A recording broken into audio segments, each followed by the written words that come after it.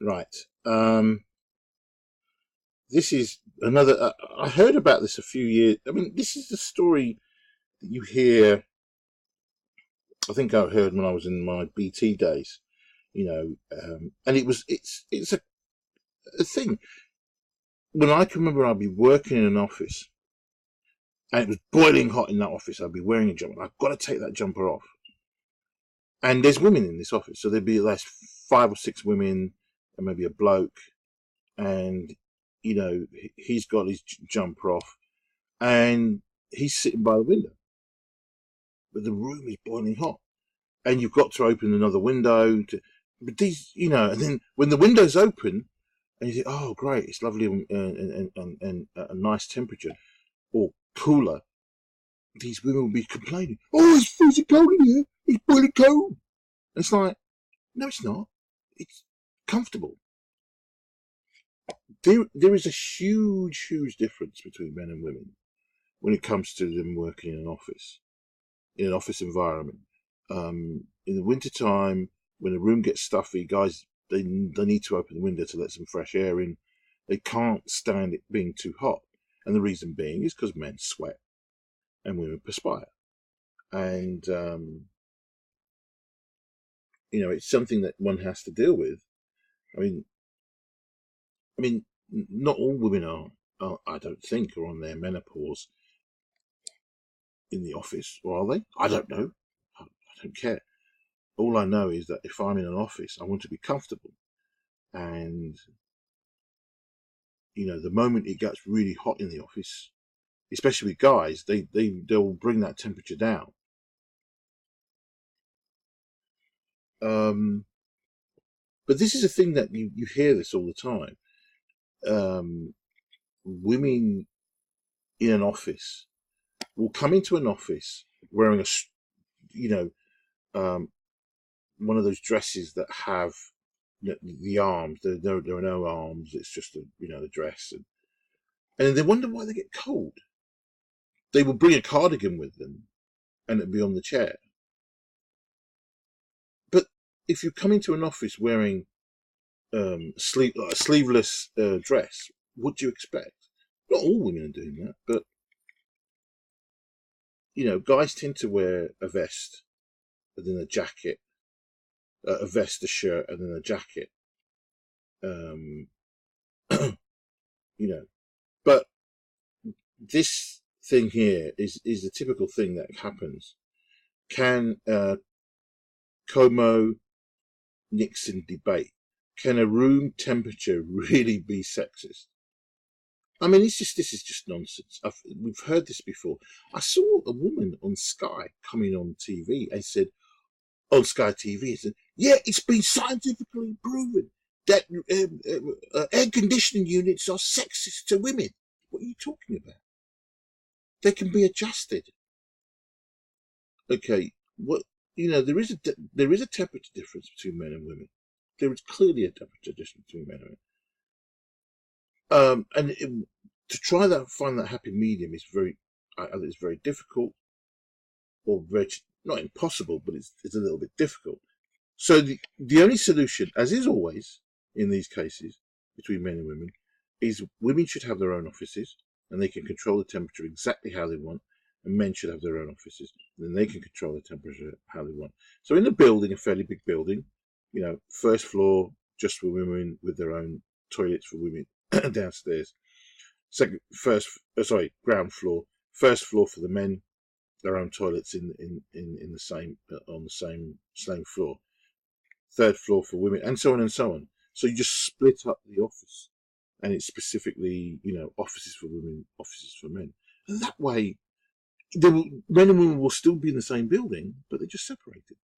And then they can have their temperature exactly how they want to for their liking, and men can have their temperatures exactly how they want for their own liking. And that way, it will cut down with all the nonsense that the supposed that women are harassed by guys in the office. That will stop. The only time they'll meet is when they maybe go for lunch. There should be I mean, if there's an open plan floor, split that open plan floor put, right down the middle, so that, and then there's a couple of doors, and then on one side of the women, they can put their air conditioning how they want. The other side of men, they can have their air conditioning how they want. Everybody, and then everybody should be then happy. But here we go through this. A debate between the governor of New York and his challenger. This again, this Cynthia Nixon. I cannot stand her. I really can't stand her. I mean, I never ever saw Sex in the City. There was was it a Mexican woman or a Latina woman on there? When in her heyday, she was absolutely. She was absolutely gorgeous. I mean, she was from what I remember, she was just absolutely beautiful, luscious, sort of shimmering brown skin. I mean, and fantastic face. She doesn't look too bad today, actually. She looks much better than this horrible, haggard old Nixon. And but I never watched it. I probably watched anywhere between 5 and 10 seconds. The same thing with Friends. I never watched Friends. Both of them are useless shows. I never watched them. But apparently a discussion has been ignited, has ignited a discussion about sexist temperatures. I mean, this is just a joke, isn't it, surely? This is just nonsense. Can a room temperature be sexist? So, I mean, people living in their homes, I mean, does that mean that the rooms are perpetually at 76 degrees or certain hotter than what they should really be because the women are so affected by temperature? What? This is ridiculous. And because this guy wants the temperature to be a lot lower, surely those women who've got menopause, it will benefit them, isn't it? The question may sound bizarre. It is bizarre, but it's taken off on social media ahead of a debate between New York governor, who is seeking a third term. Please get that term, sir. Then we can just throw out this nonsense. And Sex and the City actress, Cynthia Nixon, his challenger for the Democratic nomination. I am hoping he wins hands down. Please. Miss Nixon has one chance to go head to head with Mr. Cuomo, and her team fear she could be disadvantaged by freezing temperatures at the venue. So is it just a diva demand, or part of a wider problem where women, there you go, the victims, as usual, are left chilly in the workplace? All you need to do is take a cardigan. That's all you need to do. Or a nice woolly jumper.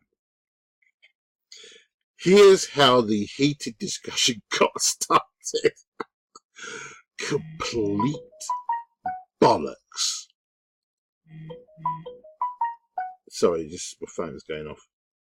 Notoriously sexist temperature. Governor Cuomo supposedly favors Arctic conditions when making public appearances. It's sufficiently bad that the New York Times once headlined an article, "Going to an event featuring Cuomo." Is it Cuomo? Whatever. I'll call it Cuomo. Take a coat or maybe a blanket. Keen to avoid the big freeze, Miss Dixon's team emailed organisers to ask that the room be heated to 76 Fahrenheit, 24 degrees on Wednesday evening. Wow. So this woman, Rebecca Katz, wrote that working conditions are notoriously sexist when it comes to room temperature. So we just want to make sure we're on the same page here. Well, does that? But he may not like that 76 degrees. He may be happier at 70 degrees. Why does it have to be 76 degrees? You know, and surely he should be the one who should have a say because he's the governor. When news on the request emerged, thermostat warriors lined up on both sides of the argument, with many agreeing that public spaces are too cold by women's standard. There you go, women playing the victim again. Playing the victim again. I'm sitting here in my office, in my work, snoggy, wondering if this is actually the opening salvo of the revolution, this stupid hag wrote in Washington Post. Oh, God. This is just funny. I mean, it's already heated, literally. There she is. I mean, just look at that face. Don't you want to slap it? Really, seriously, don't you just want to slap that old hag? Holy sweet Christmas! I've never, when I used to see clips of her on Sexist, I could never stand her. Just one of the ugly hags, along with the other woman as well. Which one was it? That Parker. She was an ugly hag as well. At one place where I worked, I would get ready in the morning, put on a passable outfit, and then wonder why I bothered after I got to the office and threw on my pilly old fleece zip up to keep warm. But then a female professor tweeted tongue-in-cheek that she had never felt more invested in a political debate, adding 49% of Americans control 100% of the office thermostats. Really? Don't engage me unless you are willing to argue at 79 degrees. Oh, God. Some women disagreed, of course. Or as tweeter Kathy Kearns put it, every woman in menopause just sweated all over you. Holy sweet Christmas. The mental derangement of some, I don't know. There is a bit of, Nixon laughs on unqualified lesbian dig. Need to read on that. I mean, I knew she was a lesbian. I don't know what that's about. Politico reporter Dan Goldman argued that there isn't a male conspiracy when it comes to temperature control, writing, why can't we say that men and women, by and large, dress differently, correctly, and have different preferences? Not everything is sexist. I mean, if we're walking into an office with a dress that's way above the knee, going around the buttocks area, and wearing a sleeveless dress, are you not likely to be a little bit cold? I mean, you see guys walk into an office in a suit, trouser, shirt and tie, and a jacket, and the woman walks in with a sleeveless dress, and then you wonder why she's cold and she's not no stockings, wearing high heels. I mean, come on. As the New York Times pointed out, however, there is some scientific basis for saying temperatures are rigged to keep men comfortable. So a study in 2015 found that most office buildings still set their temperatures based on men's metabolic rates. It concluded that the average comfortable level for men is about 72 Fahrenheit, but women prefer a balmier 77. Although Mr. Cuomo's campaign declared that, unlike Cynthia Nixon, the governor has more important things to focus on than the temperature of a room. And so his senior aide weighed in online with a picture of the governor's dog lying in a pool of ice. Captain, recovering from attending a debate prep in Team Nixon's preferred temperature. Good on you. I mean, it's just look at it. I can't stand the woman. I can't stand her, honestly. L. Joy Williams, an advisor to Miss Nixon, is she related to the notorious Mr. Nixon? Maybe. Hinted that her side had deliberately gone in with higher temperature number than they wanted, tweeting, maybe you should say 76 degrees and get 65 degrees instead of freezing at 50. So will the governor be feeling the heat on Wednesday, or will his challenger be left out in the cold? Only time and Twitter will tell, as usual. Look, I just hope the geezer wins. Come out blazing, geezer, and knock the lesbian hag to smithereens. Stupid old witch. There you go, look at it. Stupid old witch. Go on, geezer. Do it for the geezers. Oh, and by the way, please, could you share this for me? And also, could you please